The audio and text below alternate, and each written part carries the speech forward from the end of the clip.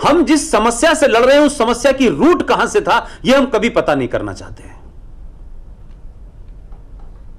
इसलिए मैंने कल भी अपने संबोधन में कहा कि कुछ चीजों को आप पढ़ेंगे तो आपको कड़ी मिल जाएगी, 1 2 3 पॉइंट, तब आप आसानी से नतीजे पे पहुंच पाएंगे। लिहाजा समस्या को जब आप सॉल्व करने बैठेंगे तो बहुत उस पर लंबी चौड़ी बहस की जरूरत नहीं पड़ेगी, चिंता करने की जरूरत, आपको लगेगा ये था, अच्छा ये यहां तक पहुंचा। मौलाना आजाद के परिवार के लोग भारत उस दौर में आए थे जब बाबर की हुकूमत थी, हेरात से आए थे। खुद मौलाना आजाद का जन्म मक्का में हुआ था। जब वो पैदा हुए तो उनका नाम था फिरोज बख्त। यह बात पहली बारी मुझे इतिहास में पता चली।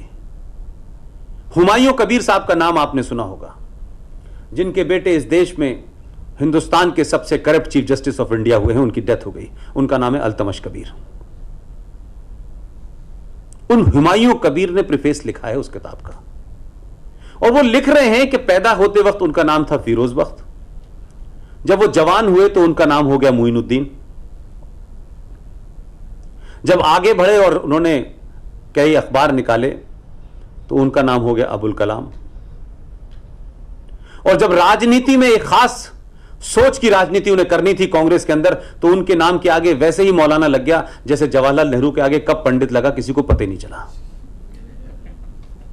फिर उनका नाम हो गया मौलाना अबुल कलाम आजाद।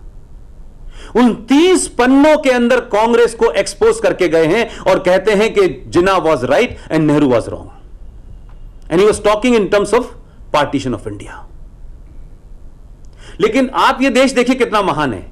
वो जो दूसरी किताब आई, कुछ समझदार लोगों ने उस किताब को मासिस तक जाने ही नहीं दिया। हम तो अवेयर भी नहीं, हमारा इंटरेस्ट भी नहीं, और वो किताब गई नहीं। लेकिन जो शख्स 1958 में जिनकी डेथ हो गई थी, उसको 1992 में भारत रत्न दे दिया गया। अगर ये लोगों को पता होता, और खासतौर से उन्हें जिनको हर छोटी छोटी बात के ऊपर कोई राष्ट्रवादी एंगल से या उनके विरोधी विचारधारा का कोई बात कहता है तो लोटा पानी लेकर चढ़ जाते हैं सारे लोग। हमारे नेता के बारे में ऐसा कैसे कह दिया। उसी नेता के बारे में मौलाना आजाद ने क्या क्या कहा है, बर्दाश्त करना पड़ा क्योंकि वोट बैंक नाराज हो जाएगा। इतने उन्हें आपने भारत रत्न भी दे दिया, वो भारत रत्न भी लेके चले गए। लेकिन हम रूट कॉज तक पहुंचना ही नहीं चाहते। इसलिए बहुत सारी प्रावधान और बहुत सारी चीजें हमारे देश के संविधान में ऐसी हुई हैं कि आप उनको सॉल्व नहीं करेंगे तो आगे नहीं बढ़ सकते। आपको अपने घर को मजबूत करना ही पड़ेगा, चाहे किसी को अच्छा लगे या न लगे। यह नहीं हो सकता हर आदमी को आप ठोड़ियों में हाथ डाले कि नहीं भाई हमारी बात मान जाओ, तो हजारों साल लग जाएंगे, आप कुछ नहीं कर पाएंगे। और जब आप करना शुरू करते हैं तो जिन्होंने डर के मारे 25 साल तक इजराइल से संबंधों का प्रदर्शन नहीं किया, सिर्फ कागजों में थे, तो बार बार यही से मांग उठती थी, हमारे देश से ही मांग उठती थी कि हमारे फलस्तीन से संबंध, उनके कॉज के लिए भारत को रहना चाहिए।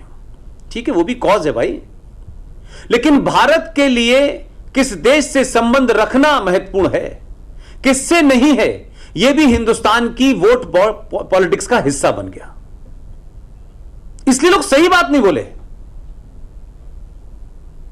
अरे किसी देश के साथ भारत के संबंध इस बुनियाद पर तय होंगे कि यह भारत के लिए अच्छे हैं या नहीं है।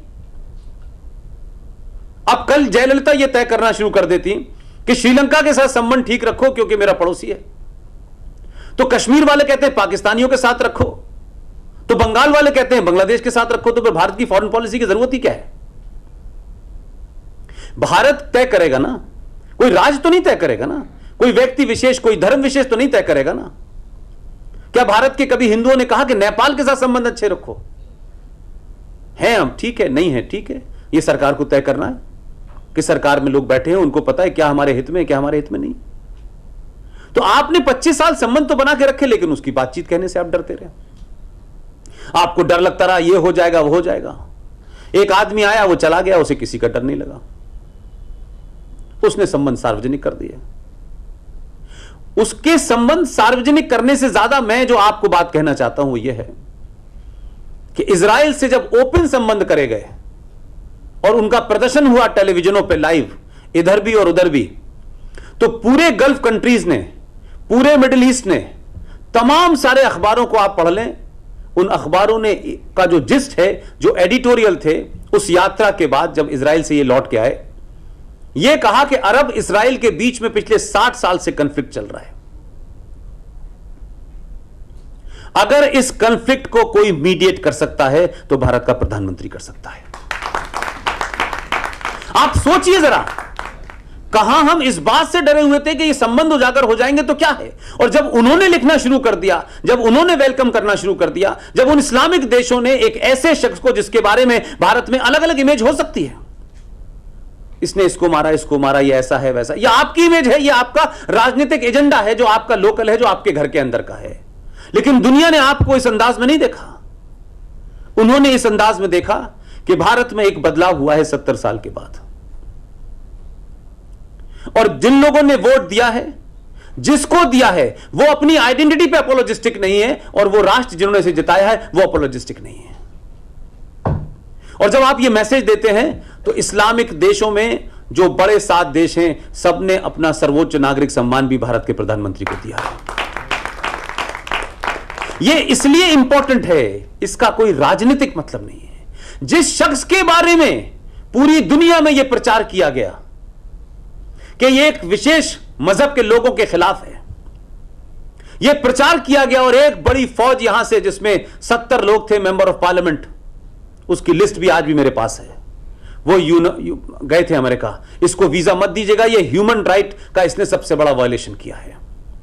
ये 70 लोग उस वक्त कहां चले गए थे जब जम्मू कश्मीर के अंदर 5.5 लाख कश्मीरी हिंदू पंडितों को उनको अपनी धरी से बेघर कर दिया गया था। कोई नहीं गया था। एक प्रधानमंत्री भारत के नेशनल चैनल पर आकर के कहता है इंदिरा गांधी की हत्या के बाद कि एक बहुत बड़ा पेड़ गिरता है तो थोड़ी बहुत धरती हिल जाती है। वो जस्टिफाई कर रहा था दिल्ली के अंदर सिखों के एक तरफा कत्लेआम को। उसके खिलाफ लोग क्यों नहीं गए थे यूएन में? उसके खिलाफ भी लोगों को अमेरिका जाना चाहिए था कि इस आदमी ने तो बाकायदा कहा है, टेलीविजन पे कहा है, जस्टिफाई किया है, ऑर्गेनाइज तरीके से सिखों का मैसेकर किया गया, लेकिन क्योंकि वो सूट नहीं करता था कुछ लोगों को पॉलिटिकली, तो वो सवाल नहीं बना। लेकिन एक अजम्पशन पे चलता रहा यह खेल। लेकिन आज स्थिति क्या है? जो वीजा नहीं दे रहे थे वो पिज्जा भी दे रहे हैं,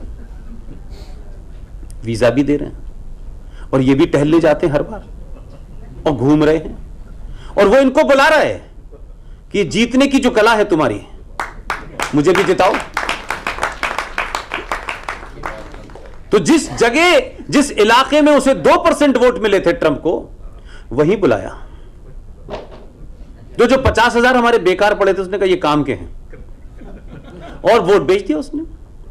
और उसकी मैं ये बात, जो टॉपिक है ये वही है, आपने घर में बदलाव किया ना। आप दलित थे, ठाकुर थे, ब्राह्मण थे, इन बुनियादों पे आपने 2019 में वोट नहीं दिया, 2014 में आपने इस बुनियादों पे वोट नहीं दिया। और जब आप उससे ऊपर उठे तो एक शख्स को आपने इतना मजबूत कर दिया कि जैसे यहां लोकल एमएलए खड़ा होता है ना मोदी के आने पे, वैसे ही खड़ा था ट्रंप बराबर में। और उस ताकत का इस्तेमाल इसलिए नहीं किया गया कि भारत में 10-5 चाटुकारों को फोर्ड फाउंडेशन से कोई अवार्ड दिलवाना था। उस पूरे मूवमेंट को, गुजरात के लोग व्यापारी होते हैं, कहा जाता है कि वो जानते हैं किसकी चीज कितनी कीमत में आंकी जानी चाहिए, लेकिन समय की भी उसमें एक बहुत महत्वपूर्ण भूमिका है। उसी वक्त भारत के अंदर सबसे ज्यादा और दुनिया में कम 370 और 35 के खिलाफ माहौल बनाया जा रहा था। बड़ी ताकत लगा दी लोगों ने।